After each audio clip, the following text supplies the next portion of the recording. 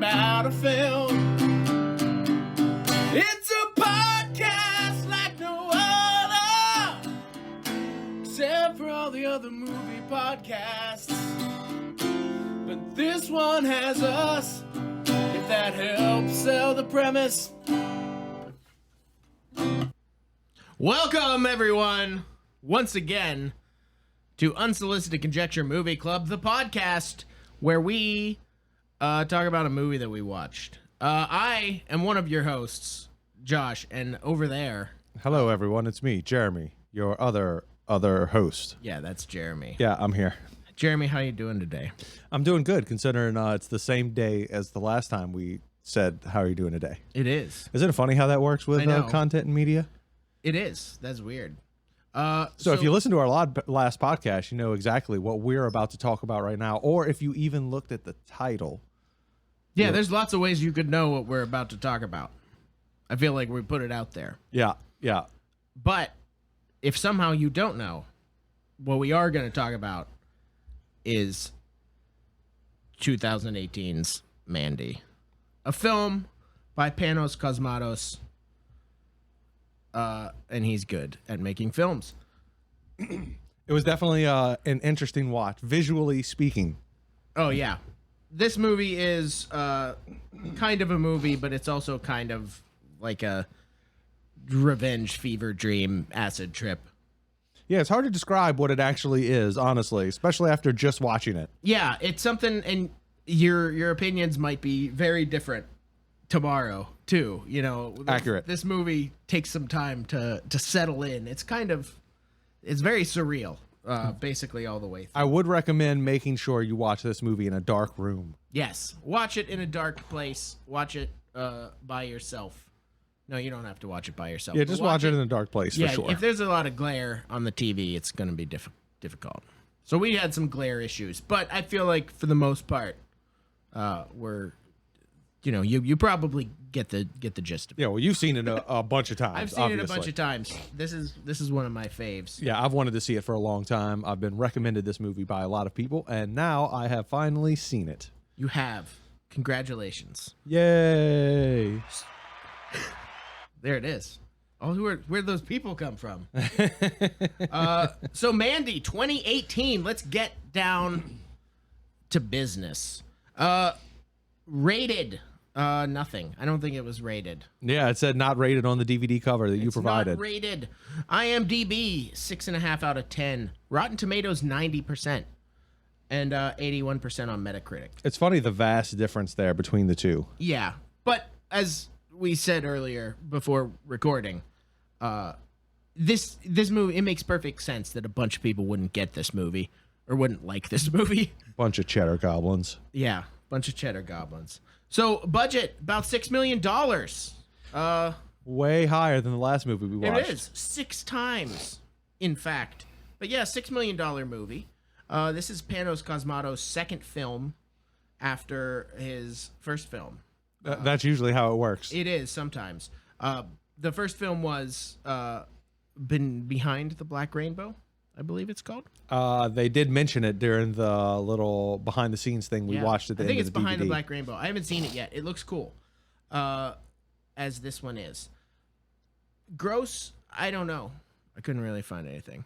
No, well, that's because it said it released to small theaters. I think it said it made like a $1.5 million in like a very small theatrical release, and then I don't know. I know it got a 4-minute standing ovation. It did. What was it? A Cannes? Yeah, that's what it said. 4 minutes. And I thought, I love things, but I can't imagine clapping for any one thing for 4 minutes straight. Well, what if Nicolas Cage was standing there looking at you? You'd feel awkward if you stopped. I think I would have to. Everybody else around you is still clapping, At too. some point, your palms start getting like numb from the clapping. Or you do the thing where like you move to a different part of the ski. You start forearm clapping. The snaps. Yeah, well, that's move on to snaps. That's more of a jazz thing, I think. It's more of a little hipster poetic read thing. That's the beatniks. Yeah. So Panos Cosmatos. Yeah, so let's talk about go great. for it. I'm sorry, I cut you off. I forgot we're still doing the stats part. We are. That's most of them. Gross. It went to streaming. I think it went to Shudder. I don't know how much Shudder paid to get this movie. But Wow. Okay. I don't have Shudder. I had it originally when it first came out, but I don't have it on any of my devices anymore. We've had Shudder periodically. We'd get it and then watch stuff and then get rid of it for a while. Yeah. And I think the last time was like 2 years ago. But it's been on. I'm pretty sure it's been on there nonstop. But yeah, good movie. Starring Nicolas Cage as Red, Andrea Riceborough as Mandy, Linus Roach as Jeremiah Sand, and Bill Duke, Predator's own Bill Duke, as Carruthers. He should have just played Bill Duke. That would have Bill been, Duke and just labeled Bill Duke. Yeah, Bill Duke, the actor. He didn't actually need to be called Carruthers. I don't think he said his name once. No. To be fair, I don't remember anyone saying Red Miller's name either. No, I don't think they do. Yeah. Nicolas Cage, he's sort of an unnamed protagonist. Yeah, I like that. Yeah, it doesn't matter what his name is. Casting was really good. Before you move on from casting, I just want to talk about the Andrea Riseborough, the Mandy. Yeah, the main titular female Mandy. lead. That was a great cast selection because the majority of her shots on screen I felt like were ghostly in nature. So, and she kind of has that physique, that build to her face that they use. So that it was a good construct there. I think it worked well. There's a sadness to her Her face. eyes. She has very big eyes, like Yeah. Amanda Siegfried. Is that her name? Seyfried, yeah. Yeah. Yeah, she's great. I didn't recognize her from anything else. No, me neither. This is the first thing I think I've ever seen her in, really. But Linus Roach, he's been in some stuff. Yeah, I definitely noticed him. Linus Roach, who plays Jeremiah Sand, the cult leader, he was actually Thomas Wayne in Batman Begins. And what also is funny is the guy who plays the chemist in this movie, he was Joe Chill in Batman Begins. So they lost all their money in Gotham and had to go do something new. Well, Joe Chill is the guy that killed Thomas Wayne. So it was a ploy. Yeah. They just ran off together. We now found them. Yeah, they ran off together. You learned it here. They are gay lovers, and they ran away and started the Church of the Children of the New Dawn. Yeah, something together. along those lines. So yeah, this movie produced by Spectre Vision, the production company by Elijah Wood, Daniel Noah, and Josh Waller. So Elijah Wood famously destroyed Sauron's ring in Mount Doom. That is true. He also, the funny part is what I remember him from the most, I think, is what was that movie, Sin City? Yeah, where he Sin played City, he was the yellow bastard. Yeah. No, not the yellow guy. He was the guy with the glasses. Yeah, the glasses. Uh-huh. Yeah, I haven't seen that for a long time. Me neither. That's a fun one. That's another potential future read. That's Zack Snyder, right? Uh-huh. Yeah, Zack Snyder's Sin City. And then they made the next one with I think Samuel L. Jackson was the lead. What was that one called? Oh, the second Sin City movie? Yeah, I can't remember what it was called. I know it wasn't as popular. Dame to Kill For or something. It had like a James Bondy sounding sort of title. All right, so like back to Mandy. Yeah, Mandy. So is that everything for cast? And I guess there's not a lot of. This is the problem with these streaming reviews when we do them, is that there's not really that many numbers to go with it. No, not many numbers. Like I said, the main things for this one, Panos Cosmatos is kind of a visual genius. Yeah, it was stylistically it was him. Yeah, I've never seen his movies or any of his stuff before, but obviously this is him 100%. You get such a sense of it. Yeah, it's a very unique vision for the whole film. And Spectre Vision, like I said, Elijah Wood's company, they're doing some really good stuff with low budget horror and making high quality products out of there. Yeah, it's hard to even call this horror, honestly. I even asked you when we started, I was like, so this is like horror? And you were like, no, not really. I mean, there are horror elements, there are fantasy elements, yeah, there's tension, drama elements, there's a lot going on. It's sort of a drug fueled revenge That's movie. The truth. Lots of drug fueledness. So let me ask you a question. We both know my first time viewing it was right before we recorded this. Yeah. But where's the first time you saw it? Like, what made you really go see this movie, since especially it's not something that you would see in the theater? This one, I found out about this one from my wife. My wife. She does some gruesome magazine stuff. Yeah, go ahead. Give your wife a plug. You can plug your wife. Gruesome Magazine has a podcast as well. They talk about gruesome things like horror movies. And one of them was this. So I was. So you hearing a found whole out. bunch of people. Did you watch it with your wife for her to review it? Then I take it, or I did think you watch so. I it think afterwards? we watched it together. I ended up watching a lot of movies with her when she would then go and review them, and now I review. Take As that. well. I mean, she still does too, but we have our own show now, and people can listen to it if they want. Yeah, we didn't ask for your opinion. That's why it's called Unsolicited. It is true. No one asked for our reviews, yet here they are. All right, so y'all already know I have not seen it until just now, but we'll go on to our next little topic matter, which is usually originality. We're going to try and go back to that. Oh, yeah. So the originality, obviously, we talked about it a lot so far.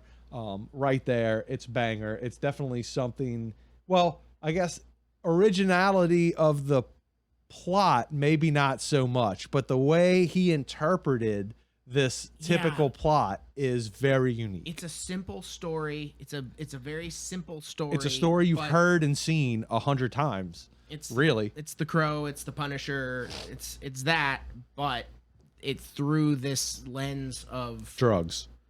Yeah, drugs, but also drugs and fantasy and rage and sorrow, like all of those sort of mixed together. Yeah, I would say, I mean, for originality, I can't think of anything else that's similar to this or that I would really categorize this with. Once again, in my own personal headcanon, this movie fits into like crazy modern good Nicolas Cage movies, along with like The Color Out of Space, which was also Spectre Vision. Yeah, I haven't seen that one yet either. But yeah, there's nothing else really like this that has this mixture of like Frank Frazetta high fantasy mixed with metal. It's like heavy metal. Yeah, no. It's heavy metal filtered through this like 1983, very colorful. It's a dark movie, but it's incredibly colorful. Yeah, the title scenes all remind me of The Dark Crystal. 100%. That's exactly what they all look like. Something straight out of that. Yeah, and the structure too. You get this first section called the Lonely Mountain or the Sleepy Mountain or something, and then the next section is called The Children of the New Dawn, which introduces you to the cult. And then it's not until like 40 minutes into the movie where you actually get the scene. Mandy cut Yeah, scene, the Mandy like scene. The title card. scene. So yeah, that shit was crazy. It's technically a 40-minute cold open. I also kind of felt like the first 15 minutes of it was like, and it's almost like an exact viewing of the Wolverine, the way it starts with him being like a lumberjack in the woods and his wife at home. Yeah. And then she's murdered. Gonna start telling him about when the moon. Yeah, the moon. Tell some stories about the moon. Instead, she was painting pictures about the lion moon. Yeah, she's like reading fantasy books and painting dragons and mountains and wizards and stuff. It's really, I love this. I love a lot of this movie. Yeah, visually speaking, it's on point. So let's move on to kind of talking about that, the generalized like plot of the movie. Since we just kind of ran it over, what's going on here? So this movie starts off in 1983 with a character named Red. We only know that from the credits. I don't think they ever say it. Yep, that's accurate. He's named Red. He's a lumberjack. He's working in the woods. He takes a helicopter home, and he goes home to his wife, I guess, or girlfriend. Yeah, they never specify. We don't know the relationship. They're obviously in love and they're together, and it's when they're together, it's very intimate. It's very quiet. It's a lot of whispered conversations to each other, but it's a very innocent kind of pure relationship. Yeah, they talk about deep things that most people don't talk about in movies. And also just stupid things like, what's your favorite planet? And we get that Galactus reference in there. So it feels like Wolverine. They're talking about Galactus. But they really show that these two people, she tells this story about her dad making her, smash baby birds and stuff and running away. So she's clearly troubled. She's clearly a product of abuse. And I mean, I get the sense just, from watching it that they're probably, both had some drug issues in the past. Yeah, they never really... Later on, when he gets the vodka, it's in the bottom drawer in the bathroom, which seems like we keep the vodka there for emergencies. Yeah. But I don't drink anymore. You know, they never kind of talk about what happened with. She has this facial scarring. Yeah, and I don't think that's her in real life. I don't think she has that. Yeah, I don't think so. I think that's part of it. But yeah, so you get this picture of a guy and his girl who moved to the woods to not be bothered by anyone, just to focus on each other. Yeah. And they're happy and everything's great until she's walking down a road one day To go to work. And a van drives past that just happens to have a cult leader in it who sees her and becomes like infatuated with her and decides he needs to add her to his collection of worshipers, I guess. At which point the movie starts to take an even weirder turn, where this cult, obviously, this is where, you know, where we first meet Linus Roach as Jeremiah Sand, and he's talking to he's talking to one of his followers, and he tells him, like, you know what to do to, like, bring me this girl. And he's like, do you have the horn of Abraxas? And he pulls out this crazy looking stone carved whistle. Yeah. Like, what? Where? It's not 1983 and then the green anymore. light starts glowing every time they show something that's supposed to be like holy to them. Yeah, there's these magical, it's a regular movie, but then there's just magical artifacts in it sometimes. Like that, and they go out into the woods and blow this horn, and these Cenobite biker gang shows up. But they originally, when they're introduced, they introduce it as though it's some sort of like this is a mystical creature coming through the fog. Yeah. And then the closer that you get, you realize it's these bikers. It's like demon bikers. So that's one really cool thing that I liked about this movie is the way they're always setting you up to make you feel like this is mystical or fantasy, but it never is until that very last scene with the sky looking like Mars or something. Well, it gets the environment the further you go along, the further down the rabbit hole kind of he goes. Yeah, the more of that insane acid you take. So this cult basically hires this evil biker gang in exchange for blood to kidnap Mandy, and they do. They break into the house. They knock out Nick Cage, and then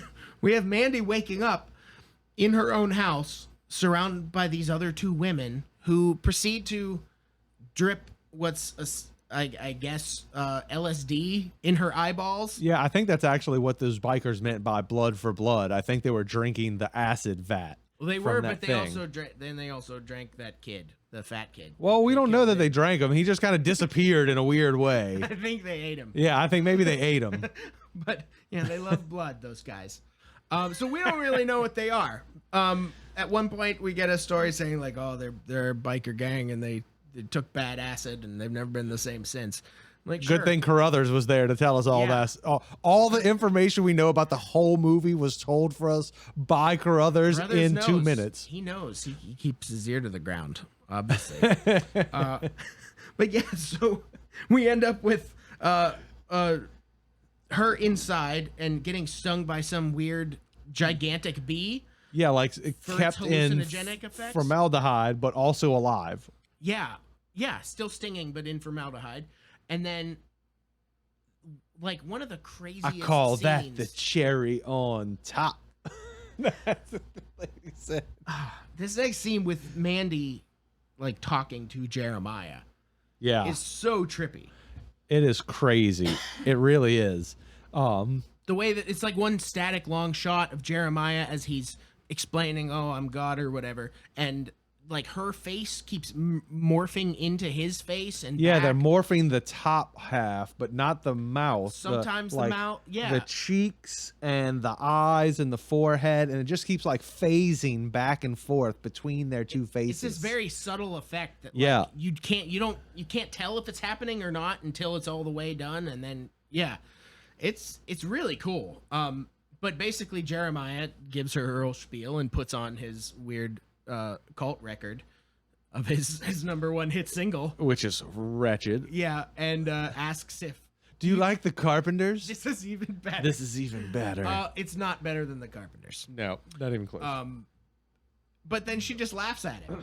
He takes off his robe and gets naked and expects her to worship him or suck his dick or something. And then See, I couldn't tell what was going on right there. To me, since they don't really show what's going on, they're kind of implying what's going on. It kind of looked like he was having an issue getting an erection, and she started laughing because he's like shaking. He couldn't. Yeah. Yeah, and That then was he part of it. yells at everyone else not to look at him. Don't look at me. Yeah, so that's why I think that's what was happening right there. She was laughing at, but they don't really show it and they don't explain it, so Well, you really don't know. She asks him. She's like, "You wrote this song and it's about you."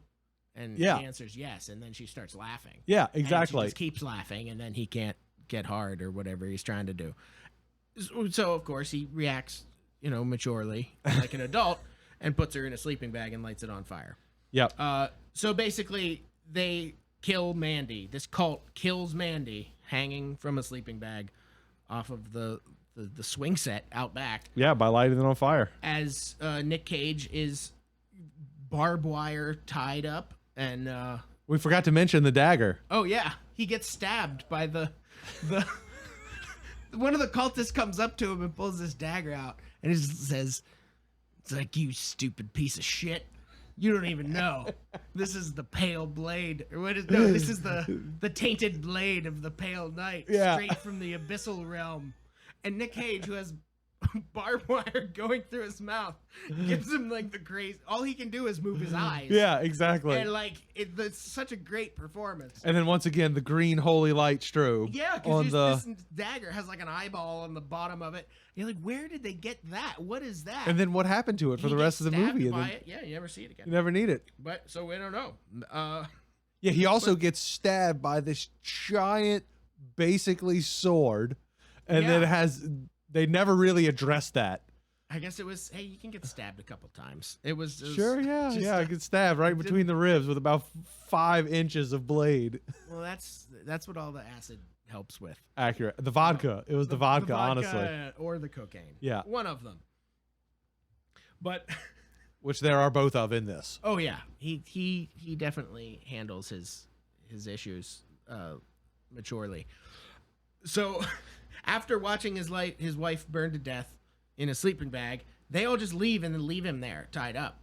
Which is a weird choice, right? yeah, I guess they thought he would die. From the stabbed. knife. Yeah. But he gets loose and goes inside. That was actually a pretty cool scene. The way it was very drawn out. Him pulling his hands through the barbed wire and cutting Yeah. himself up. There's something real interesting about this movie where they sort of focus on like the banality of the scene after something crazy just happened. Where normally you'd feel like a movie would cut away or something. Like it really holds on that Yeah. and focuses on that moment. So Nicolas Cage, covered in his own blood and having just watched his wife burn to death, goes back into the house and he's just standing there looking around at his living room and the TV is on. And there's a Cheddar Goblin commercial on the TV. So strange. Cheddar Goblin is the best macaroni and cheese. It's Kraft, I Obviously. guess, but Cheddar Goblin It's just this green goblin puking vomiting mac and cheese on up children's on heads. children. And he just stands there and watches this super weird commercial covered in blood, and it ends, and he just goes, "Cheddar Goblin," and just walks away. It was so strange. It's so good. And then I think, could really be one of Nicolas Cage's finest moments on film. He has like a full minute long scene. It's one static shot in a bathroom, and he goes into the bathroom. He's in his underwear and this awesome like tiger orange shirt tiger jersey. like baseball jersey. Uh-huh.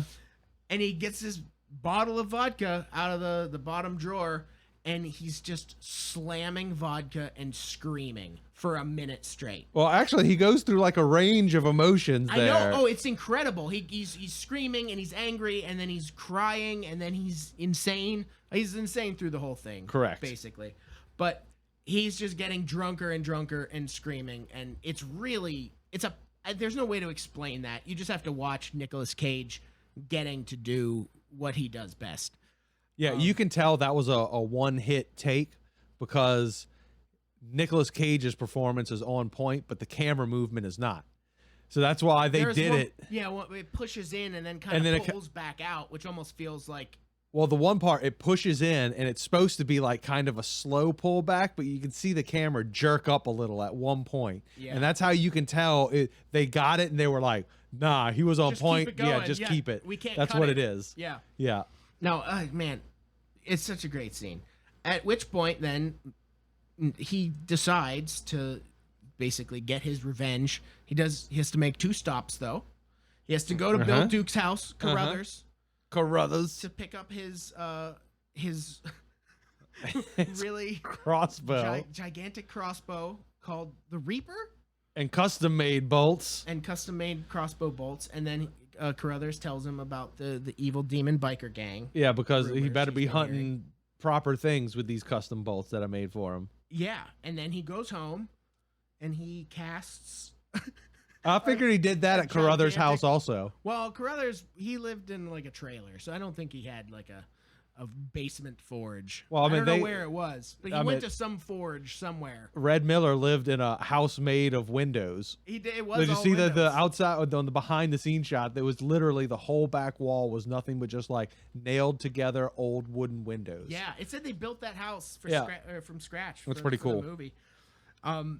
Yeah, so then he forges the biggest aluminum axe. That's an axe. Yeah, he pours aluminum into a mold, but then hardens it and then forges it like traditional he's way. Hammering it after it's it does and then it's instantly polished. Yeah, if you've watched Forged in Fire, then you know that this is probably not.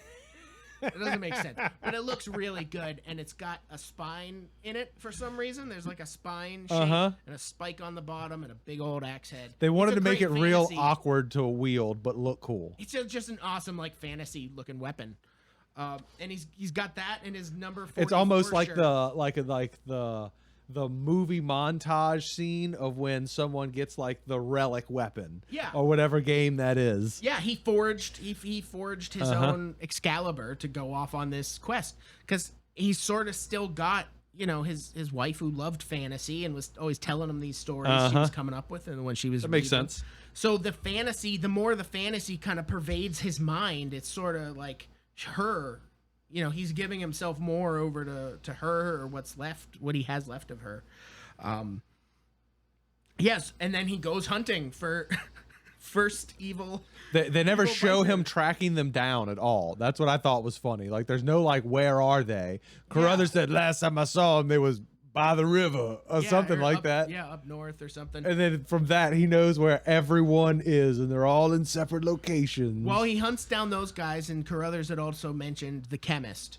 So he finds the chemist after he takes out all the demon bikers, and then he makes his way to the cult.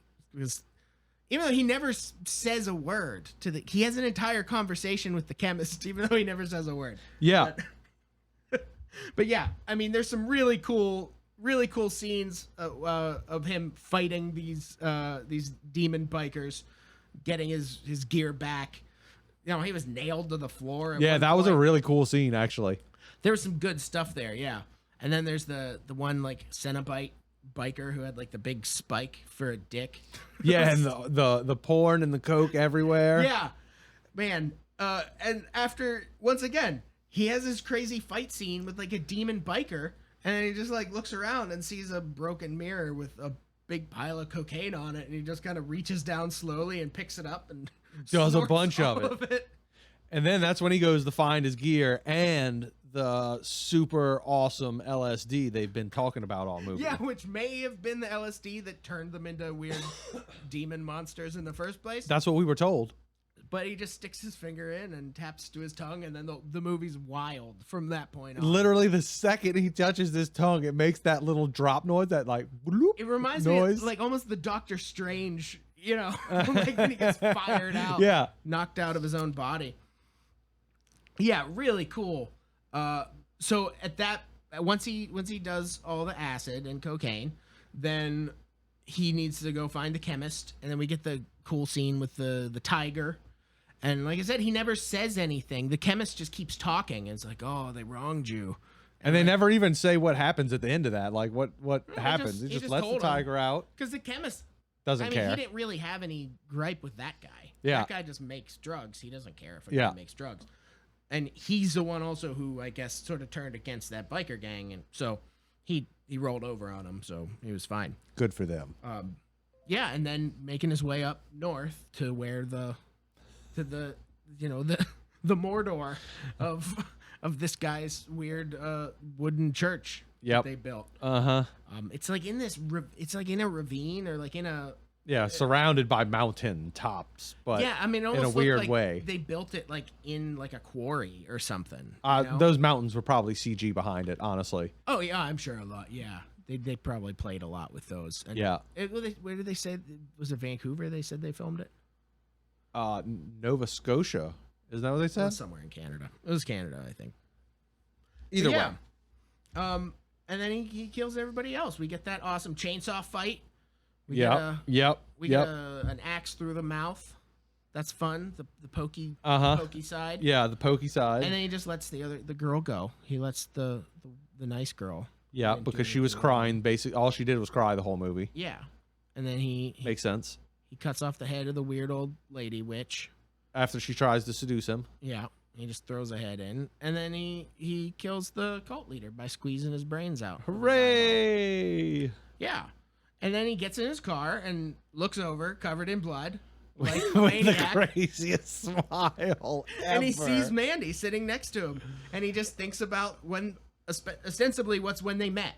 You kind of see them both in a bar and sort of like looking at each other for the first time. It's like this special relationship that kind of saved them both that he's still trying to, preserve. Yeah, I wonder where he goes in life after this, after this movie. Who knows? I mean, he can't. I don't know. You don't come back from that. No, there's no coming back from You don't come back from that. Yeah, I don't think you. Yeah. So I think we've already kind of covered during the plot and everything we've talked about so far the originality of this movie and how the originality may not necessarily be there, but there's so much originality in the way he took that generic plot and made it his own in the visual storytelling. Yeah, I'd say it's a timeless story, but the way that he incorporates the other fantasy and horror and sci-fi kind of elements really are what gives it the originality. It gives the film experience the originality it has. For sure. If you had to pick one, and I know there are many, what is your favorite scene going to be? I mean, I love him forging the axe. It's gorgeous. I mean, it's one of my, the way when he lifts it up, because it's chrome. It's this chrome 4 foot long battle axe, and the way it shimmers in the light, and when he's wearing sunglasses. He's wearing aviators as he makes this thing, and it's just so iconic looking. I love it. I love that. I mean, I love some of the little animated like vignettes. Yeah, those were interesting too, like little cut scenes, if you will. Hallucinations almost. Oh, well, that's every time he went to sleep, one of those came up. Yeah. Like whether he was knocked out or went to he's sleep still willingly. Dreaming of her. Yeah, exactly. And once he killed the people that hurt her, she appeared to him like normally again, I'd say that's probably, I mean, there's so many really cool scenes in this movie. I love the chainsaw fight too. That was also really fun. Just in front of it was in front of a flaming car or a giant bonfire. Yeah, next to that. Yeah. The guy in the just the giant chainsaw. That was ridiculous. Yeah. Actually, my favorite scene was when he killed the guy that was fucking washing his car, when he just throws the axe and it does the cheesy like spin and hits him right in the head. I don't know why. That one just made me laugh real hard. Yeah, 4 foot long battle axe sticking out of a guy's head. Yeah. Yeah, that was really good. I also love the scene when that guy's after they blow the horn of Abraxas and the guy's just staring at the window, rolling it up and down. Like, how long do we wait? And the driver keeps getting annoyed at the sound. It's pretty great. Yeah. Yeah, there's some good, some really just amazing visuals in this movie. That's really what the whole movie is when it boils down to it. Like, it's a great story, great acting, all that stuff. It's all good, but amazing visuals would describe this movie more than any of those other things we just said. Yeah. and it's a very surreal kind of, fantasy fever dream. It's just a lot of fun. Yeah. Now, I actually only had really one complaint with the movie, and that was the constant the droning noise, the whoa. Yeah. Whoa. And that's mostly at the beginning. It goes on a lot throughout the movie, and a lot of times they do the where it just kind of undertones behind everything that they're saying too. Yeah. So that was my only thing that I personally didn't like about it, because it just put me in like this weird sleepy state, which I wasn't digging. But I don't know, maybe that's actually like what it was supposed to do too, maybe, because like I said, a lot of those scenes at the beginning when it's just like them like whispering to each other, it's like you're hearing these conversations that you shouldn't be part of. Almost, it's I think it in a sense helps like emphasize that togetherness, their relationship, the safety that they both got from each other that was then taken away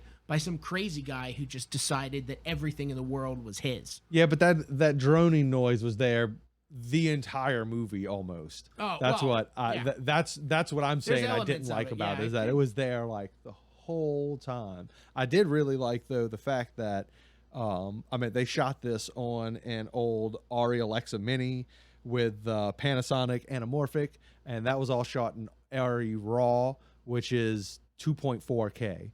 So this just goes to show like this is a $6 million film, and everyone, especially aspiring filmmakers and people trying to make their own things, they're always like, I need the highest resolution possible. Oh, there's 6K available, I have to be shooting with 6K. And this is a prime example of just like knowing the right tool for the right job. He could have easily picked something newer that would have crushed a lot of that low light noise grain that you see throughout the whole movie. There's a lot of digital grain added though, too. It's not like he wanted that look. No, well, the Arri Alexa, the Mini in particular, it's known for not having good low light performance, and that's why it was chosen in particular. He wanted something that made it look older than it was. Well, it's funny, in the behind the scenes video, he said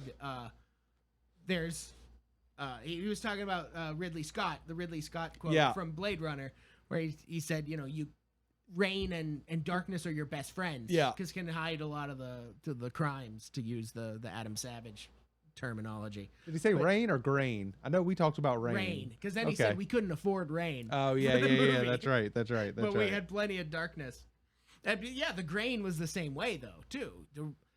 I loved it. I don't think it wasn't shot on film. Right, it was shot digitally. Yeah, it's digital, but it feels like film. Yeah, I believe the Mini came out in 2015, if I'm not mistaken. And like I said, Arri RAW, it's known for its skin color, but 2.8K, that's basically 1080, a little lower than 1080, I think, actually. Yeah. But that just goes to show, like, once again, they made excellent choices there. So when it comes down to things that I would change about the movie, I would say basically nothing except for that droning noise in certain points. But other than that, I thought the movie was great all on its own. What do they call those, like beta waves or something? Yeah, maybe I don't know what they're maybe called. It's like some mind control attempt. Maybe.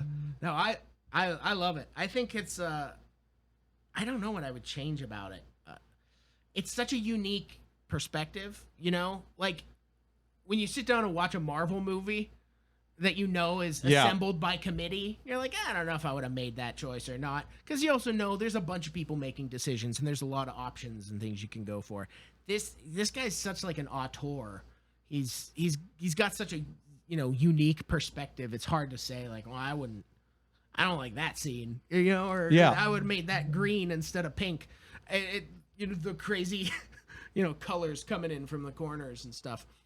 No, I liked all the choice. I liked all the anamorphic flare that was put in there. Like, those were all strategic, and like a lot of times he used the natural characteristics of those lenses he was using to kind of frame up his shot. Like, there was one in particular where Nick Cage is to the left of the screen, and he's got all this blue light flare on the other side, but it looks like windows in the distance. Yeah. And if you didn't know any different, you would be like, oh, look, I think those are windows. But realistically, what they were is just the lens flare. And I thought that was little things like that was really cool. It shows someone who knows the tools they're working with really well. Yeah, man. Yeah, I can't say or speak highly enough about the filmmakers in this case, but same thing with the producers. Like everybody involved in this saw like this guy has a vision, and we just gotta let him get his vision out, even if we don't understand it. That's even what they said in the beginning. It was like, I don't understand this at all, but I see something unique in it. Yeah. So yeah, I mean, it's a really fun, unique movie. I don't think it'll get a sequel. Mandy 2 into the Mandyverse. It's probably not going to happen. She Mandy. Yeah. So where the franchise goes next, nowhere. No. But where is the director going next? Yeah, that's the big question. I don't care where I don't think the franchise is Panos Cosmatos. Yeah, exactly. He is the franchise. Whatever he decides to do next. So whatever he's working on currently will probably be something interesting to keep an eye out for. I'm sure it will. Let's see. Directing. He has 2 upcoming projects. Oh, there we go. He has looks like an episode of that Cabinet of Curiosities show that Guillermo del Toro is doing.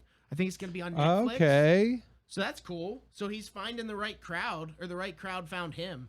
Because, like, for a movie like Mandy, you know that this guy has to be a huge Guillermo del Toro fan. Oh, without a doubt. Like, it's pretty incredible.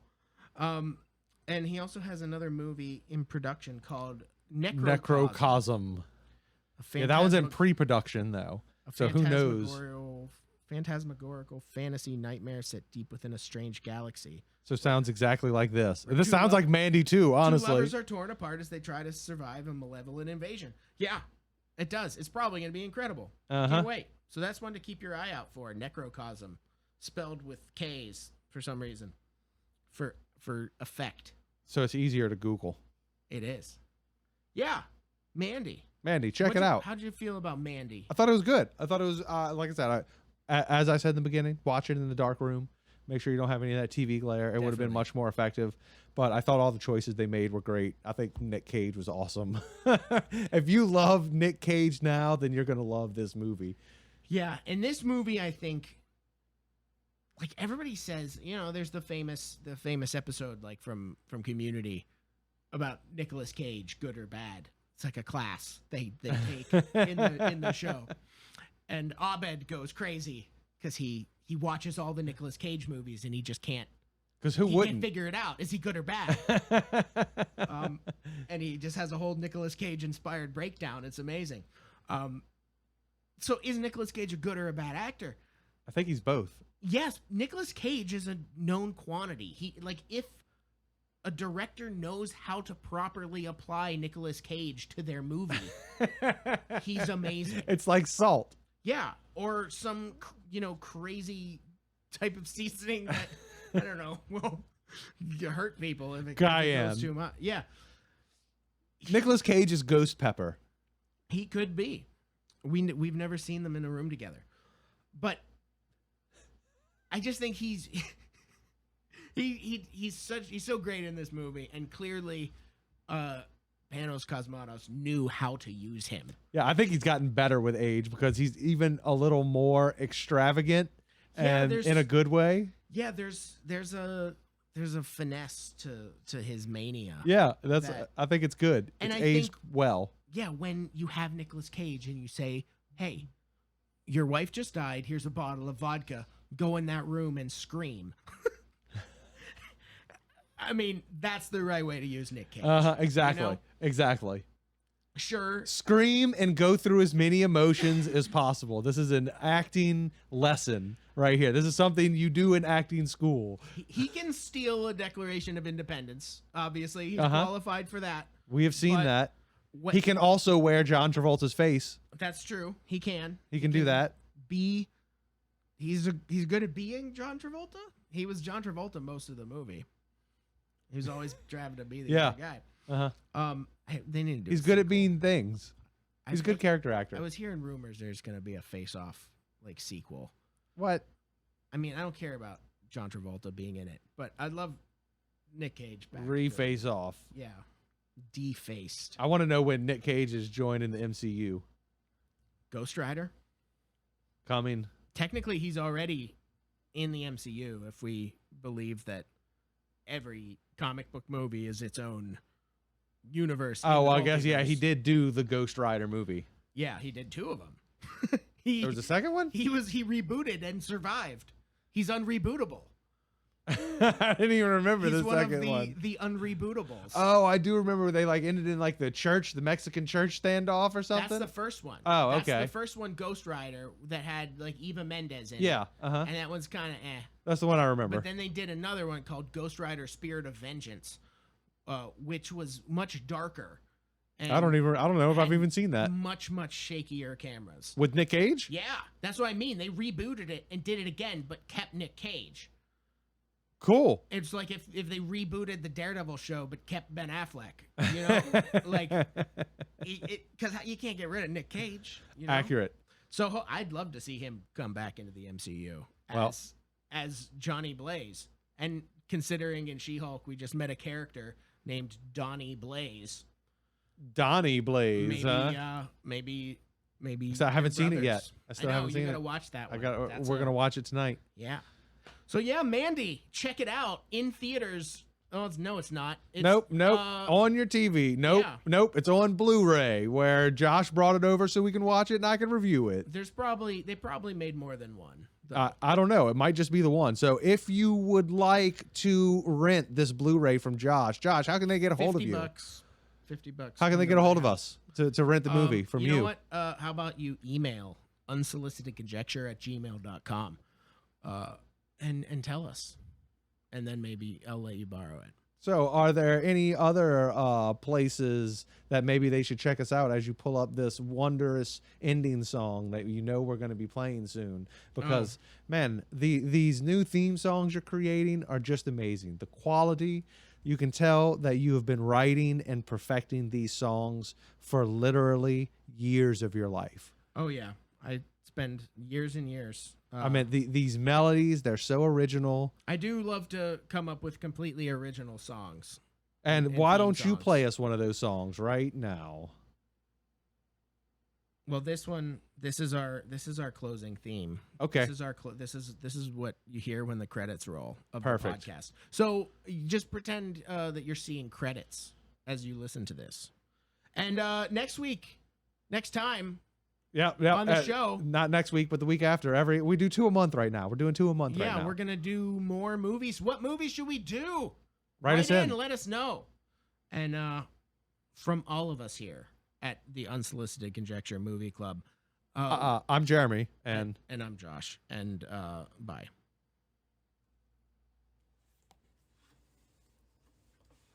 Well, you're sad and you're tired. And your life's a dumpster fire. both our mics are off. The earth is dying, inflation, and Morbius. Every day gets worse.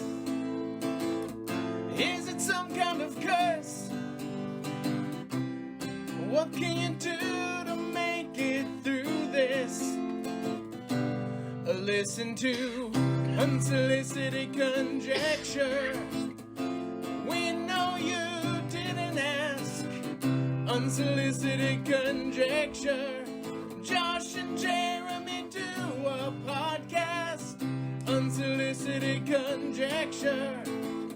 We talk about movies. Unsolicited Conjecture. It won't help with all that other stuff. You should probably see a therapist if that describes you.